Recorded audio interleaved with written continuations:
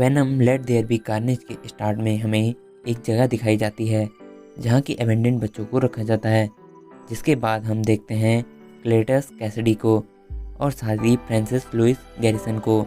ये अपने अपने रूम में होते हैं। अगले सीन में कुछ लोग फ्रांसिस को लेने आते हैं, पर आधे रास्ते में ही फ्रांसिस अपनी पावर्स का यूज़ करके उन पुलिस वालों पर हमला करने लगती है कि तभी एक पुलिस वाला उस पर गोली चला देता है, जिसके बाद ये उसे रेवेनक्राफ्ट में लेकर जाते हैं। फ्रांसिस को गोली तो लगी होती है पर वो मरती नहीं है। रेवेनक्राफ्ट एक ऐसी जगह है जहाँ की सुपर विलन्स को रखा जाता था। इसका नाम आपने स्पाइडरमैन की भी सीरीज़ में भी सुना होगा। अगले सीन में हमें डिटेक्टिव पैट्रिक देखते हैं जिससे एडी बात कर रहा होता है कि तभी वेनम बाहर निकलकर डिटेक्टिव को ही खाने की कोशिश करने लगता है, पर एडी उसे कंट्रोल कर लेता है। जिसके बाद के सीन में एडी क्लेटस कैसिडी से मिलने जेल में जाता है, तो क्लेटस एडी को एक ऑफर देता है कि वो उसे एक इंटरव्यू देगा जिसमें उसके अपने सारे राज वो बताएगा, पर एडी उसका एक काम करेगा, वो उसका एक मैसेज न्यूज़ में पब्लिश करवाएगा और एडी इस काम के लिए मान भी जाता है। कुछ टाइम बाद एडी उसका ये मैसेज पब्लिश करा देता है, जिसके बाद की कैसिडी उसे उस जगह का नाम बताता है जहाँ की कैसिडी ने कई सारे लोगों को मारकर दफन करा होता है।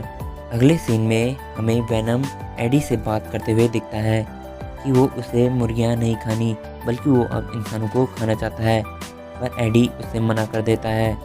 जिसके अगले सीन में एडी कैसिडी से मिलने फिर से जाता है, पर उन दोनों में कुछ झड़प हो जाती है से एडी का खून क्लेटस के मुंह पर लग जाता है।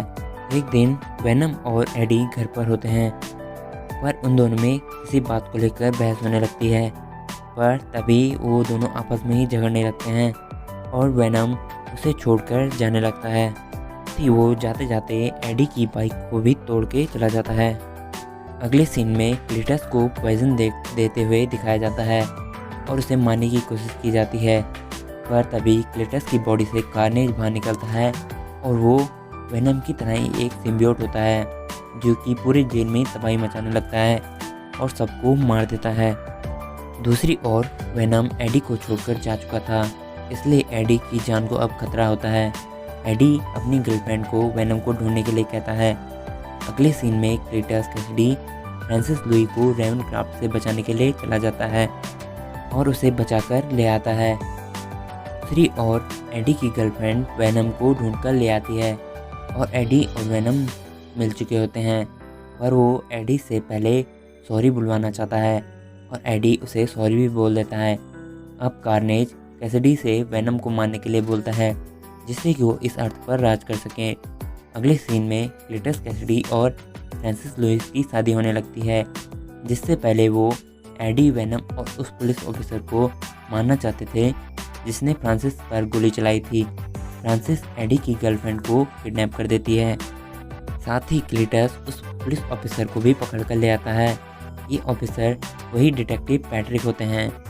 अब वेनम और एडी लोगों को बचाने के लिए वहां जाते हैं, पर कार्नेज एक रेड सिम्बियोट होता है जिससे कि वेनम थोड़ा डरता है, पर ये उसी का ही एक पार्ट होता है, पर फिर वो उससे फाइट करने के लिए चला जाता है। अब इन सब में फाइट होने लगती है जिसमें वेनम काफ़ी ज़्यादा पिटता है और लगभग हार ही जाता है, पर क्लेटस और कार्नेज में आपस में ही बहस होने के कारण वेनम को मौका मिल जाता है। साथ ही फ्रांसिस अपनी सोनिक पावर की यूज करके वेनम और कार्नेज को दोनों को अपने होश से अलग अलग कर देती है, जिससे कि वेनम जल्दी से एडी से मिलकर कार्नेज को रोक देता है और उसे खाने लगता है। अगले सीन में वेनम और एडी एक बीच पर होते हैं जहां पर एक जोरदार धमाका होता है। ये धमाका थैनोस के स्नैप करने के कारण हुआ होता है, जिसके बाद एडी टीवी में स्पाइडरमैन को देखता है, जिसके बाद ये मूवी यहीं पर एंड हो जाती है।